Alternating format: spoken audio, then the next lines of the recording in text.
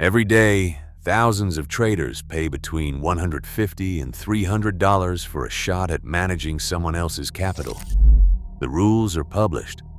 The targets are clear. The profit split promises up to 90%. It feels objective, rule-based, fair. But across the industry, only about 7% of funded accounts ever reach a payout. The rest pay, fail, reset, and pay again. If the odds are this brutal, why does the model keep pulling people back? The answer has less to do with trading skill and everything to do with what's actually being sold. A small payment unlocks the dream. For the price of a dinner out, often between $150 and $300, a trader can buy a shot at managing a $50,000 or $100,000 account. The promise is clean. Pass a transparent set of rules. Prove you can handle risk, and the capital is yours. The profit split, sometimes as high as 90%, is printed in bold. No hidden clauses, no secret handshakes. Just numbers, dashboards, and a sense of control. It is an offer that lands hardest with those who feel shut out of traditional finance. The typical participant is young, often male, usually between 25 and 34. Many are early career, undercapitalized, or looking for a way out of jobs that feel like dead ends. The model speaks to anyone who has ever dreamed of being judged only by results, not by credentials, connections, or starting capital. For thousands, the evaluation fee is less a gamble than a calculated investment in a new identity: trader, not spectator. The pitch is everywhere. Social media feeds are saturated with payout screenshots, clips of dashboard wins, and stories of everyday people making withdrawals that dwarf their monthly paychecks. The structure feels objective, almost scientific. There is a set target, a drawdown limit, and a countdown clock. If you hit the mark, you are funded. If you do not, you know exactly where you fell short. The transparency is part of the seduction. Everything is spelled out in advance.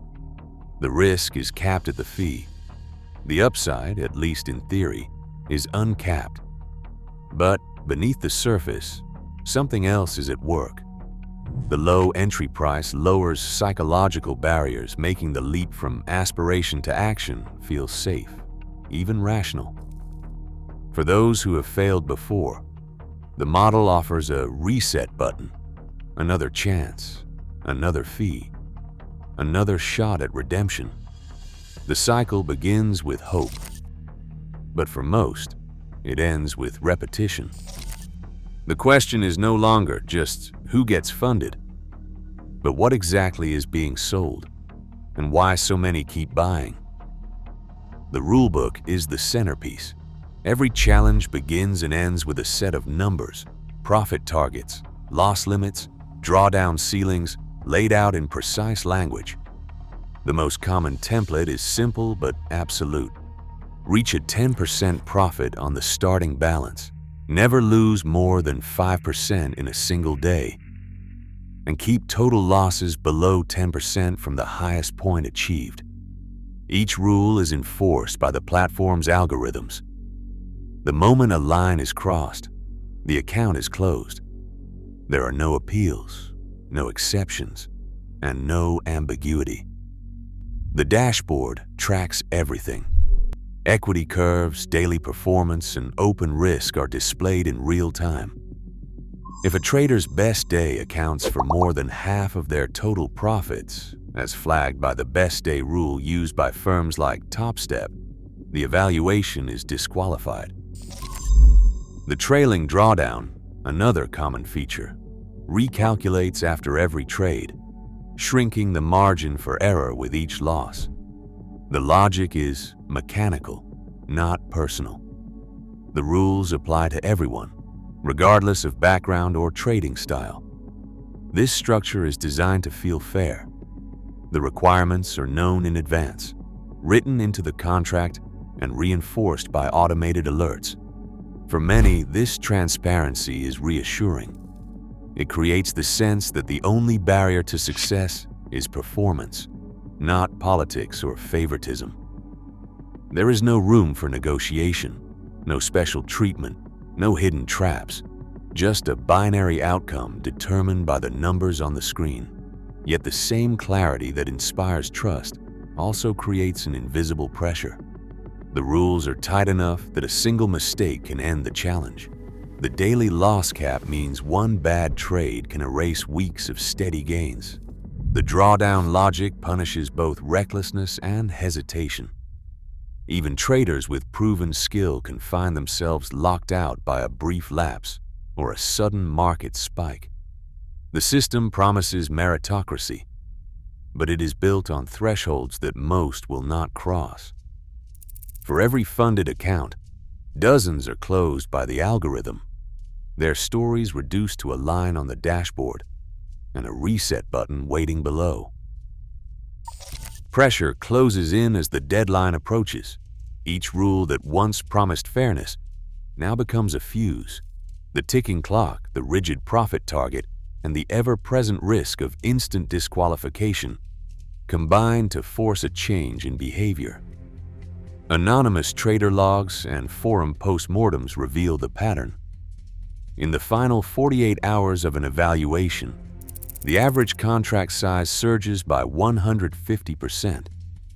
One trader admits he doubled his size on the last day, hoping to claw back a deficit or leap over the target in a single move. The risk, once carefully managed, is now stacked. The rules that cap losses also compress time, pushing traders into all-or-nothing bets as the window closes. The dashboard records every spike. The system is blind to intent. It only sees numbers. For many, the pressure to perform becomes a trap. The evaluation ends not with a slow fade, but with an abrupt breach. A single oversized trade, a sudden drawdown, an automated termination notice. The fairness of the rules transforms into a pressure cooker, where the structure itself accelerates failure. The cycle resets, and the next challenge begins with the memory of that final, desperate push, still fresh. Inside the challenge, the numbers are simulated, but the pressure is real. As the deadline nears and the margin for error shrinks, the trader's body responds as if the money is already theirs to lose. Cortisol, the primary stress hormone, surges in response to perceived threat. Studies comparing demo and live trading environments reveal a stark physiological gap. Heart rate, skin conductance, and cortisol levels remain low during simulated trades but spike sharply when real capital is at stake. The dashboard may show digital balances, but the body registers every tick as risk. A behavioral analyst describes the effect as a narrowing of mental bandwidth.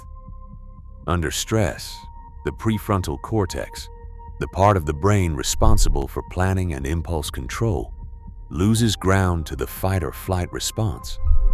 Traders who begin with a meticulous plan often abandon their rules in the heat of the moment. The data is clear. As stress rises, the likelihood of breaking position size limits or ignoring stop losses increases. Rule breaches aren't always conscious decisions. They're often the result of impaired judgment under pressure. The evaluation structure magnifies this effect. The constant threat of instant disqualification, combined with the ticking clock, creates a feedback loop. Stress leads to mistakes. Mistakes trigger more stress, and the cycle repeats. Each failed attempt leaves a memory trace, priming the trader for even greater anxiety on the next try. For many, the challenge becomes less about skill and more about managing a biological response that the system itself is designed to provoke. A single failed attempt rarely ends with a quiet exit. The real business begins when the challenge resets. For most firms, the reset button sits just below the termination notice, offering a second chance for a reduced fee, often $80, sometimes $99, depending on the platform and account size. The math is simple but relentless. A trader pays the initial fee, fails and pays again. The cycle repeats, the ledger grows. Receipts pile up, $99, $80, $120, each stamped with a new date and a new hope. In Discord groups and forum threads, traders share screenshots of payment histories, 5, 10, even 15 resets in a 6-month stretch. The average total spent after 5 attempts sits around $1,250, with some pushing far beyond that line, financed by side gigs, credit cards, or borrowed money. For the firms, these repeated fees are not a side effect. They are the core product. Track 360's economics model shows that resets and retakes contribute up to 15% of total revenue, while the original acquisition fee covers the rest. The pass rate remains low, but the fee stream from failed challenges keeps the business not just afloat, but thriving. Each reset is a fresh entry on the trader's blurred ledger, a line item that feels like a step closer to funding, but often leads back to the same starting point. The structure does not just tolerate repetition, it depends on it. In the end, the question shifts. Is the trader buying access to capital or paying for another round of hope, measured out in receipts and reset buttons? Every scroll through trading social media delivers a familiar pattern. Payout screenshots, dashboard clips, and withdrawal alerts, all tagged with affiliate codes and discount links. The faces behind these posts are rarely anonymous. Many are influencers with a direct stake in the next sign-up, earning 20 to 30% of every evaluation fee that follows their referral. The numbers are real. One viral post can generate thousands in affiliate commissions overnight. A single screenshot, redacted for privacy, shows a $12,000 payout from a firm, with the caption, "Funded in 21 days." Anyone can do this. The true odds, buried in the fine print, never make it to the feed. Firms fuel the cycle by running monthly payout contests, rewarding traders for the most eye-catching withdrawal. The winners receive bonus cash or free resets, and their posts become the next wave of proof. The result is a feedback loop. The more wins are displayed, the more credible the opportunity appears, and the more new traders arrive, convinced by the parade of success. For those watching, the line between marketing and reality blurs. The rare payout becomes the public face of the industry, while the thousands of failed attempts remain invisible. The perception gap widens, reinforced by every post and every affiliate link, until the exception feels like the rule. Regulatory pressure rarely kills an industry outright. It only changes the shape of the game. In 2025, as scrutiny intensified around retail Forex and CFD challenges, the prop firm model migrated en masse to futures evaluations. Futures contracts, cleared in real time and settled through established exchanges like the CME, offered a cleaner perimeter. The Commodity Futures Trading Commission's jurisdiction over futures provided a defined legal framework, one that firms could point to as proof of legitimacy. Marketing shifted overnight to the slogan, "Trade real markets, real data, real compliance." But the core promise remained untouched. The evaluation rules, profit targets, drawdown ceilings, and consistency requirements were simply rewritten for the new asset class. Where Forex challenges once dangled 50 to 1 leverage, futures accounts imposed tighter margins and lower leverage, narrowing the room for wild bets, but leaving the core hurdle intact. The dashboards still tracked every tick, every breach, every reset. The illusion of meritocracy survived the migration, now wrapped in the language of regulatory safety. For traders, the shift meant less leverage and a closer simulation of live trading. For firms, it meant continued access to the same pool of hopefuls, now reassured by the Commodity Futures Trading Commission's shadow. The structure adapts, but the engine keeps running. Hope, repetition, and the tantalizing promise of funding drive it. The next question is not just who passes, but how many ever see a payout. Withdrawals are the rarest event in the challenge-based prop firm world. Finance magnates analyzed over 300,000 accounts and found that only 7% of participants ever receive a payout. The rest, 93%, never see a withdrawal notification, no matter how many challenges they attempt. The odds are not hidden, but they are rarely discussed. Every dashboard screenshot and social media post featuring a payout belongs to a thin slice of survivors. For most, the funded account remains a theoretical goal, not a realized outcome. The 7% figure is not just a pass rate. It is the full journey from paying the fee, passing the evaluation, and then actually withdrawing profits. Many traders pass the initial challenge, but the majority are filtered out by the rules or by losses before ever reaching the payout threshold. The process is exacting by design. Each rule, such as drawdown, daily loss, and consistency, removes another layer of hopefuls. The survivors, sometimes called funded traders, become the face of the industry. Their success stories are circulated, celebrated, and used as living proof that the model works. But the numbers remain stark. For every funded trader who posts a withdrawal, more than a dozen others have paid, tried, and failed.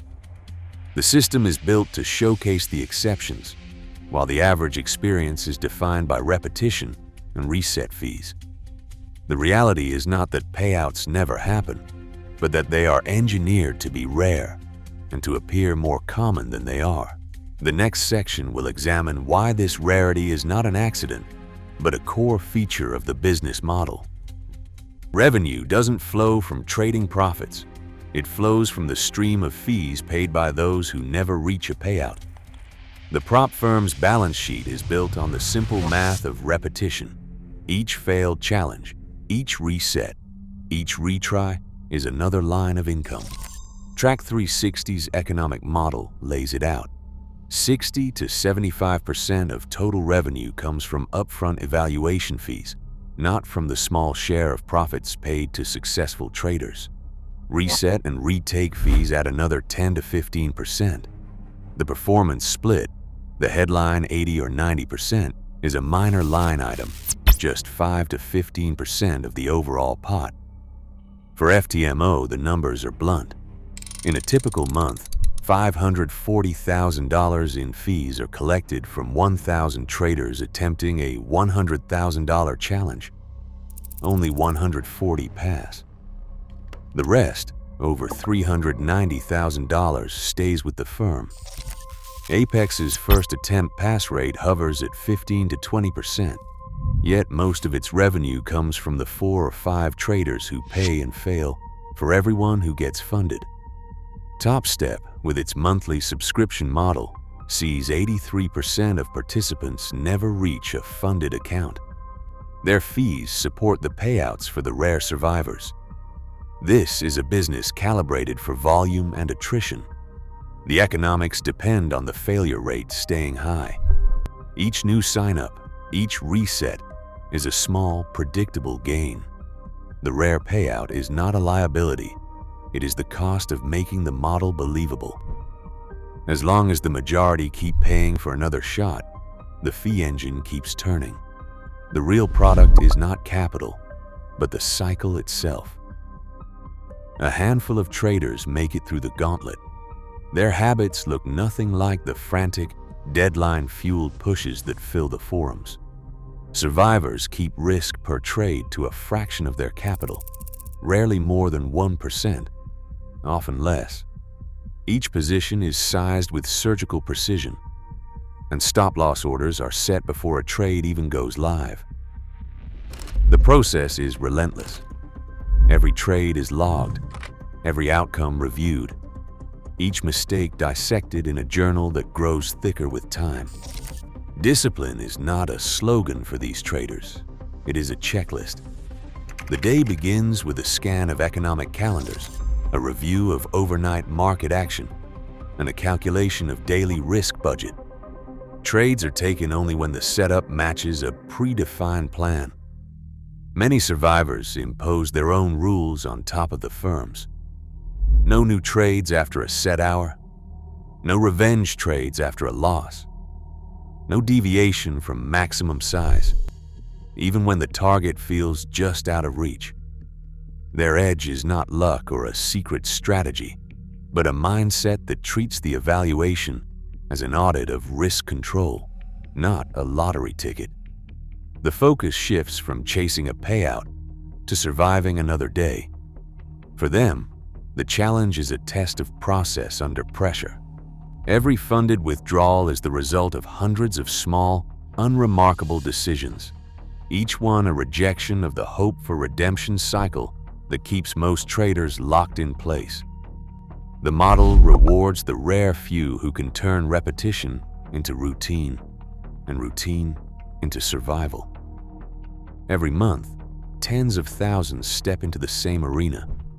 Measurable targets, published rules, and the promise of capital.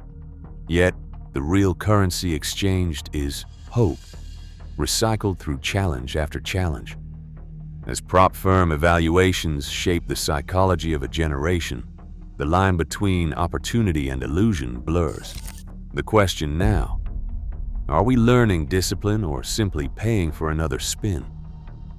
Share your perspective below.